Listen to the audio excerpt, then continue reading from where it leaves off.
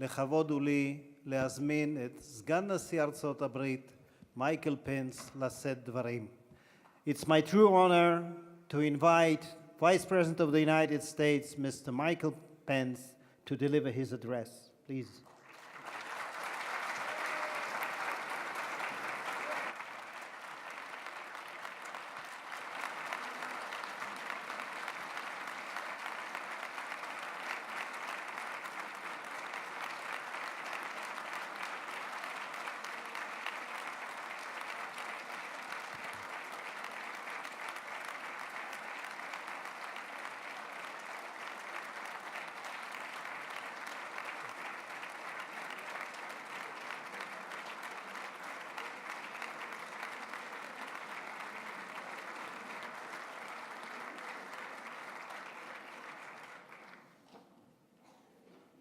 President Rivlin, Prime Minister Netanyahu, Speaker Edelstein, Leader Herzog, members of the Knesset, justices of the Supreme Court, citizens of Israel.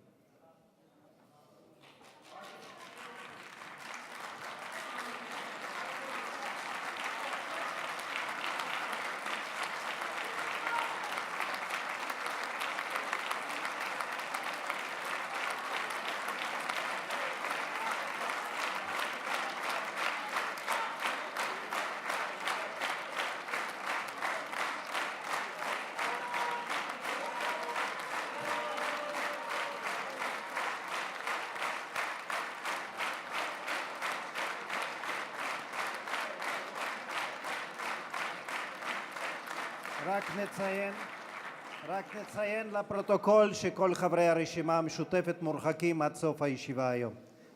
Please, Mr. Vice President, I apologize. It is deeply humbling for me to stand before this vibrant democracy.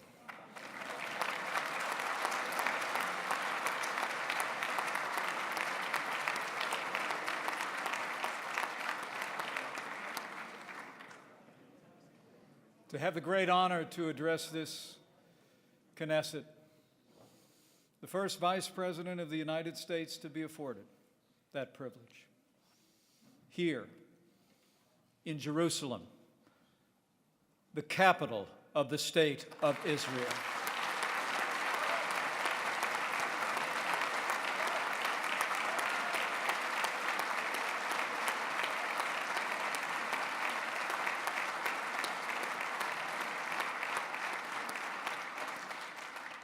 And I bring greetings from a leader who has done more to bring our two countries closer together than any president in the past 70 years. The 45th President of the United States of America, President Donald Trump.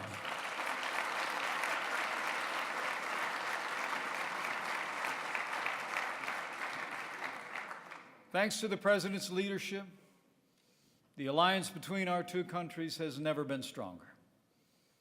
And the friendship between our peoples has never been deeper. And I am here to convey a simple message from the heart of the American people. America stands with Israel.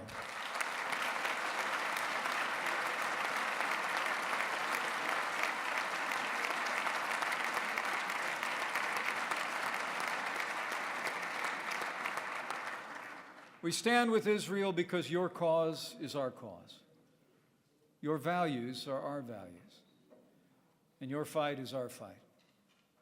We stand with Israel because we believe in right over wrong, in good over evil, and in liberty over tyranny.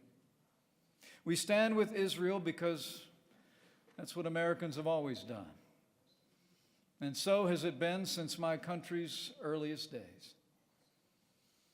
During his historic visit to Jerusalem, President Trump declared that the bond between us, in his words, is woven together in the hearts of our people. And the people of the United States have always held a special affection and admiration for the people of the book. In the story of the Jews, we've always seen the story of America.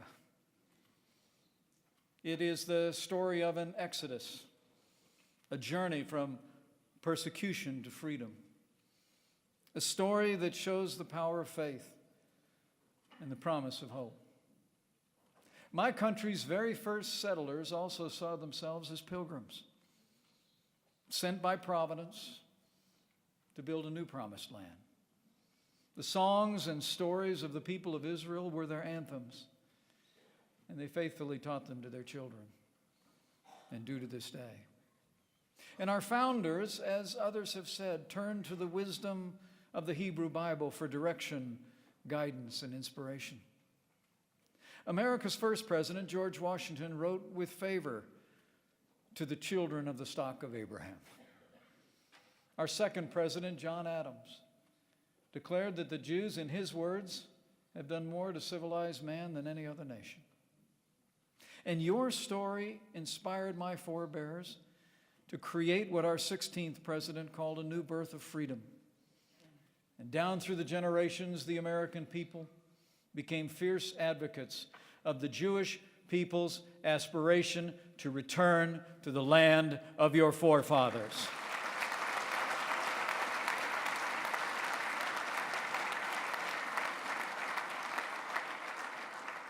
To claim your own new birth of freedom in your beloved homeland. The Jewish people held fast to a promise through all the ages, written so long ago, that even if you'd been banished to the most distant land under the heavens, from there he would gather and bring you back to the land which your fathers possessed. Through a 2,000-year exile, the longest of any people anywhere, through conquests and expulsions, inquisitions, and pogroms, the Jewish people held on to this promise. And they held on to it through the longest and darkest of nights. A night Elie Wiesel proclaimed 7 times sealed.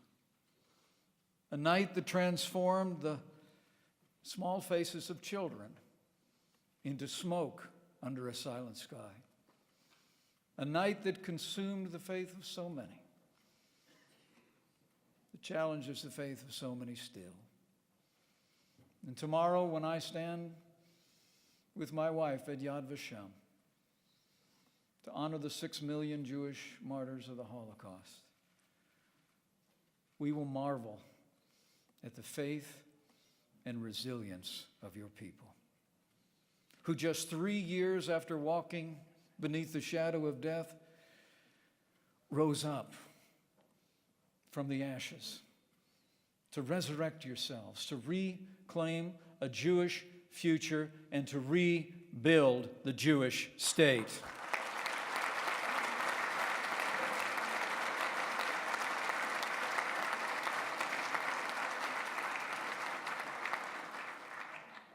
And this April, we will mark the day when the Jewish people answered that ancient question: can a country be born in a day? Can a nation be born in a moment? As the state of Israel celebrates the 70th anniversary of its birth.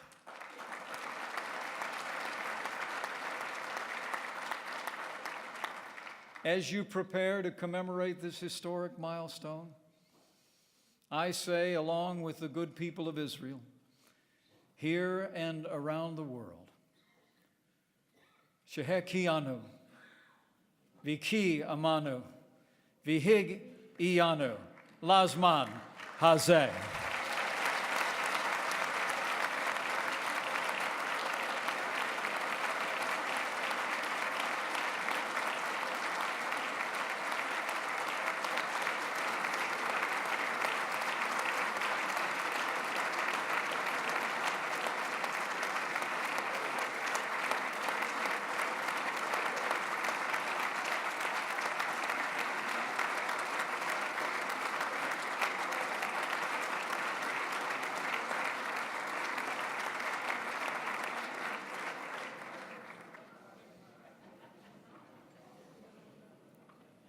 "70 years ago, the United States was proud to be the first nation in the world to recognize the State of Israel. But as you well know, the work we began on that day was left unfinished. For while the United States recognized your nation, one administration after another refused to recognize your capital. But just last month, President Donald Trump made history. He righted a 70-year wrong. He kept his word to the American people when he announced that the United States of America will finally acknowledge Jerusalem is Israel's capital.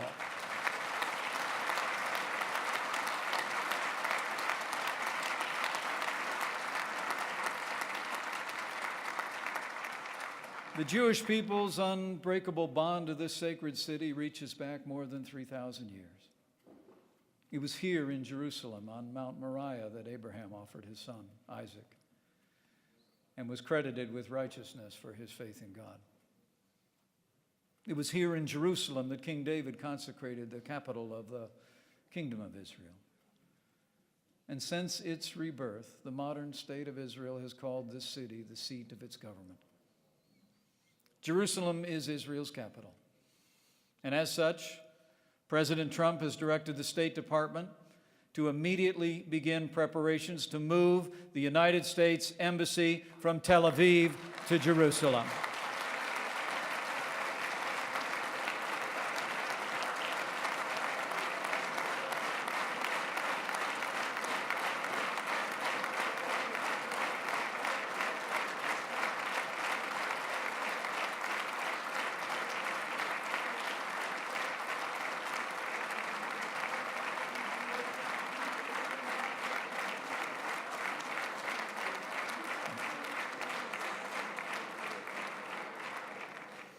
In the weeks ahead, our administration will advance its plan to open the United States Embassy in Jerusalem.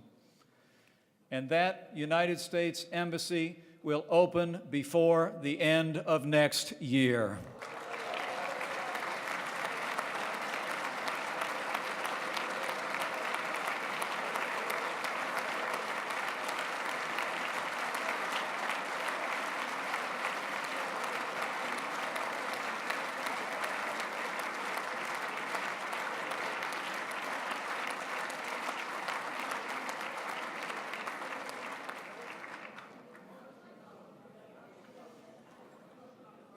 Our president made his decision, in his words, in the best interest of the United States.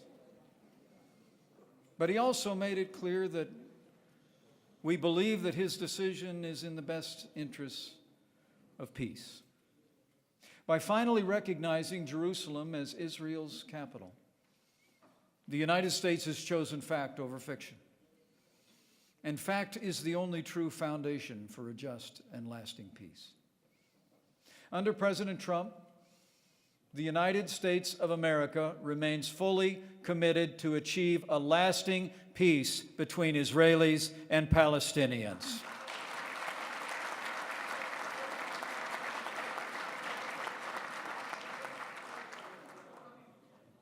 In announcing his decision on Jerusalem, the President also called, in his words, on all parties to maintain the status quo at Jerusalem's holy sites, including the Temple Mount, also known as the Haram al-Sharif.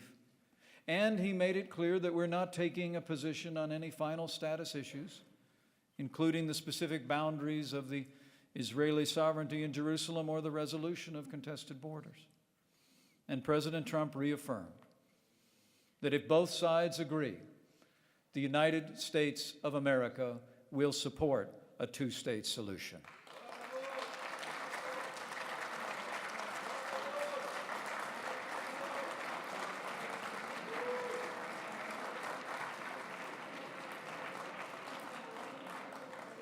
Now, we know Israelis want peace.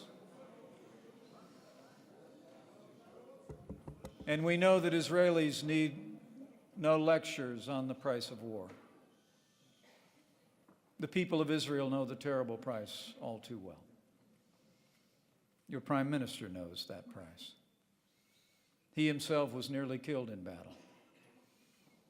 And his beloved brother Yoni was killed while courageously leading the Entebbe hostage rescue 41 years ago. And you who know the price of war know best what the blessings of peace can bring to you, to your children, and future generations. The United States appreciates your government's declared willingness to resume direct peace negotiations with the Palestinian Authority. And today, we strongly urge the Palestinian leadership to return to the table. Peace can only come through dialogue.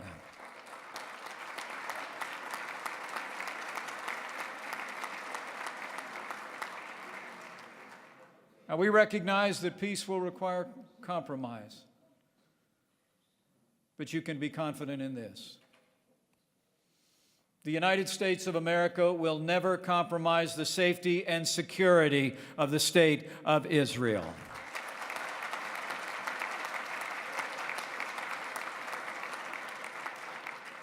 Any peace agreement must guarantee Israel's ability to defend itself by itself. Now, there are those who believe that the world can't change, that we're destined to engage in endless violence, that age-old conflicts can't be resolved, and that hope itself is an illusion. But my friends, President Trump doesn't believe it. I don't believe it, and neither do you. I stand here today in a city whose very name means peace. And I stand here. I know that peace is possible because history records that Israel has made the very difficult decisions to achieve peace with its neighbors in the past. Over the past 2 days, I've traveled to Egypt and Jordan, two nations with whom Israel has long enjoyed the fruits of peace. I spoke with America's great friends, President al-Sisi of Egypt and King Abdullah of Jordan, about the courage of their predecessors who forged an end to conflict with Israel in their time. And those two leaders prove every day that trust and confidence can be a reality among the great nations who call these ancient lands home. In my time with those leaders and with your Prime Minister, we discussed the remarkable transformation that is taking place across the Middle East today and the need to forge a new era of cooperation in our day and age. The winds of change can already be witnessed across the Middle East. Long-standing enemies are becoming partners. Old foes are finding new ground for cooperation.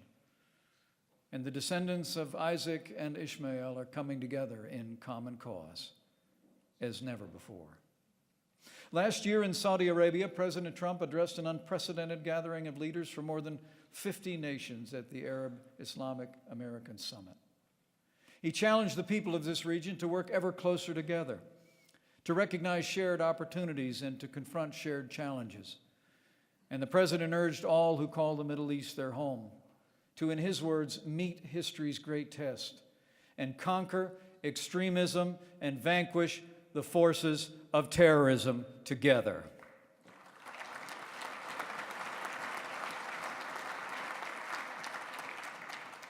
Radical Islamic terrorism knows no borders, targeting America, Israel, nations across the Middle East and the wider world.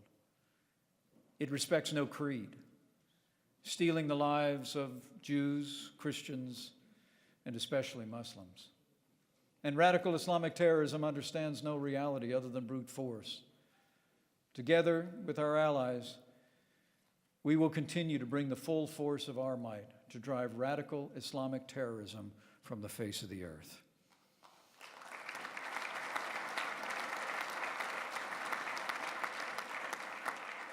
I'm pleased to report that thanks to the courage of our armed forces and our allies at this very moment, ISIS is on the run. Their capital has fallen, their so-called caliphate has crumbled, and you can be assured we will not rest, we will not relent until we hunt down and destroy ISIS at its source, so it can no longer threaten our people, our allies, or our way of life. Now, the United States and Israel have long stood together, to confront the terrible evil of terrorism. And so we will continue. And across the Middle East, Arab leaders have responded as well to the President's call with unprecedented action to root out radicalism and prove the emptiness of its apocalyptic promises. As President Trump made clear in Saudi Arabia, we will continue to stand with our allies and stand up to our enemies. We will work with all of our partners to starve, in his words, terrorists of their territory, their funding, and the false allure of their craven ideology. We will also support faith leaders in this region and across the world as they teach their disciples to practice love, not hate. And we will also help persecuted peoples who've suffered so much at the hands of ISIS and other terrorist groups. To this end, the United States has redirected funding from ineffective relief efforts, and for the first time, we're providing direct support to Christian and other religious minorities as they rebuild their communities after years of repression and war.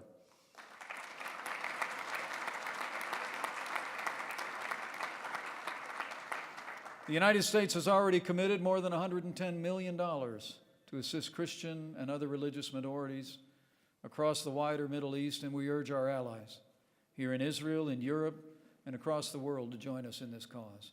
Let's work together to restore the rich splendor of religious diversity across the Middle East so that all faiths may once again flourish in the lands where they were born.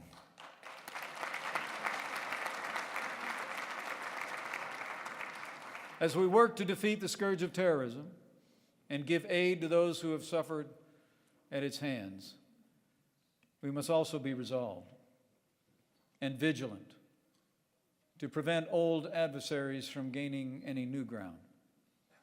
To that end, the United States will continue to work with Israel and with nations across the world to confront the leading state sponsor of terror, the Islamic Republic of Iran.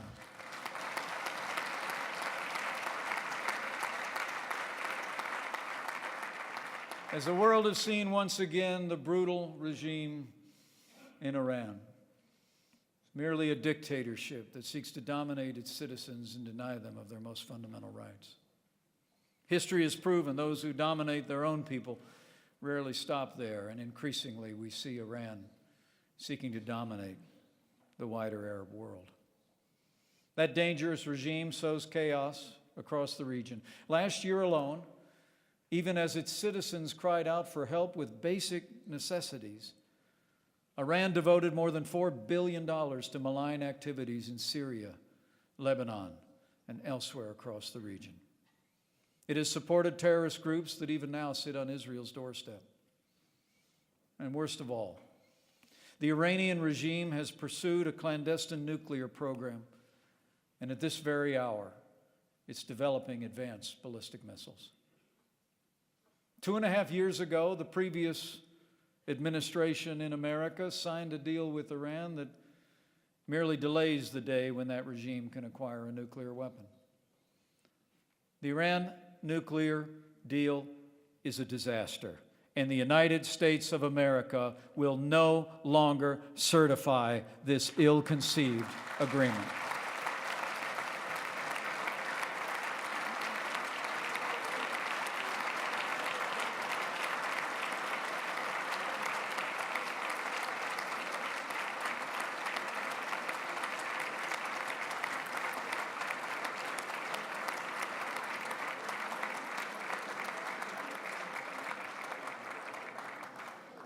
At President Trump's direction, we're working to enact effective and lasting restraints on Iran's nuclear and ballistic missile programs.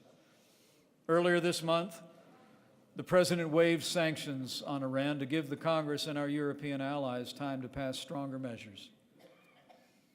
But as President Trump made clear, this is the last time.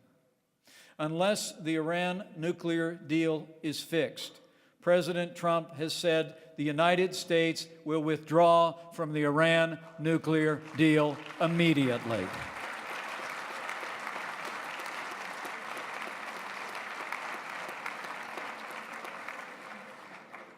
Whatever the outcome of those negotiations today, I have a solemn promise to Israel, to all the Middle East, and to the world. The United States of America will never allow Iran to acquire a nuclear weapon.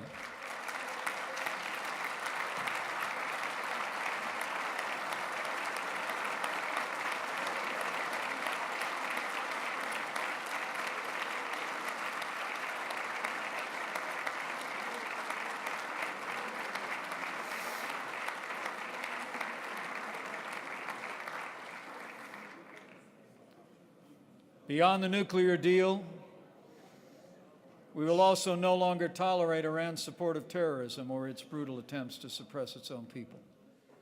Last year, our administration more than tripled the number of sanctions targeting Iran and its leaders, and just this month, the United States issued tough new sanctions on Iran. But I have another message today. A better message from the people of America to the proud and great people of Iran. We are your friends. And the day is coming when you will be free from the evil regime that suffocates your dreams and buries your hopes.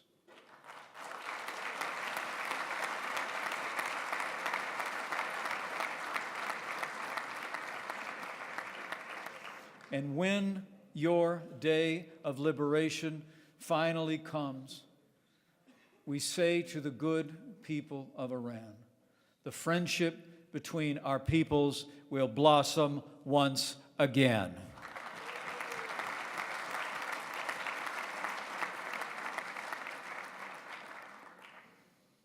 While at times it may seem hard to see, those who call the Middle East their home have more that unites them than divides them. Not only in common threats, but in the common hope for a future of security and prosperity and peace. And in the common ancestry of faith that runs throughout these very lands. Nearly 4,000 years ago, a man left his home in Ur the Chaldeans to travel here to Israel. He ruled no empire. He wore no crown. He commanded no armies. He performed no miracles. Delivered no prophecies. Yet to him was promised descendants as numerous as the stars of the sky. Today, Jews, Christians, and Muslims, more than half the population of the earth, and nearly all the people of the Middle East, claim Abraham as their forefather in faith. Only steps from here in the old city of Jerusalem, we see the followers of these three great religions in constant contact with one another. And we see each faith come to life in new and renewed ways every day. At the Church of the Holy Sepulchre, we see a Christian child receiving the gift of grace in baptism. At the Western Wall, we see a young Jewish boy being bar mitzvahed. And at the Haram al-Sharif, we see young Muslims, heads bowed in prayer. In Jerusalem, we see all this and more. And so today, as I stand in Abraham's promised land, I believe that all who cherish freedom and seek a brighter future should cast their eyes here to this place and marvel at what they behold. How unlikely was Israel's birth? How more unlikely has been her survival? And how confounding and against the odds has been her thriving? You've turned the desert into a garden, scarcity into plenty, sickness into health, and you turned hope into a future. Israel is like a tree that has grown deep roots in the soil of your forefathers, yet as it grows, it reaches ever closer to the heavens. And today and every day, the Jewish state of Israel and all the Jewish people bear witness to God's faithfulness, as well as your own. It was the faith of the Jewish people that gathered the scattered fragments of a people and made them whole again. That took the language of the Bible and the landscape of the Psalms and made them live again. And it was faith that rebuilt the ruins of Jerusalem and made them strong again. The miracle of Israel is an inspiration to the world. And the United States of America is proud to stand with Israel and her people as allies and cherished friends.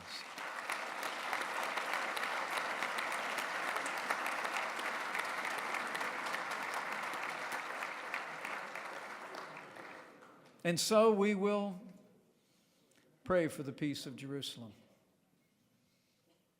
that those who love you be secure, that there be peace within your walls and security in your citadels. And we will work and strive for that brighter future where everyone who calls this ancient land their home shall sit under their vine and fig tree, and none shall make them afraid.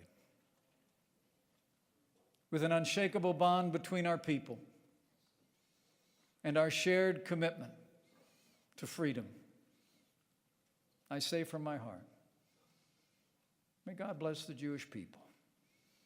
May God bless the state of Israel and all who call these lands their home.